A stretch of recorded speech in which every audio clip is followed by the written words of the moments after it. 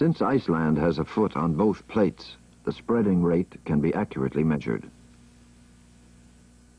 An ocean is born when a continental mass is cut by a separating plate boundary.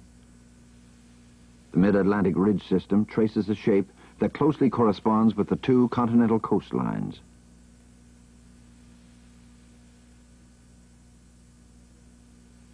If the ocean floor between the two were consumed, they would meet very neatly at the ridge.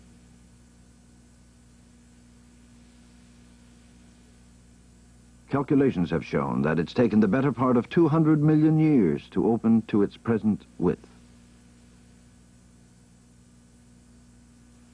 Since continents ride fixed on their plates, plate movements can be traced by examining the jigsaw fit of continents.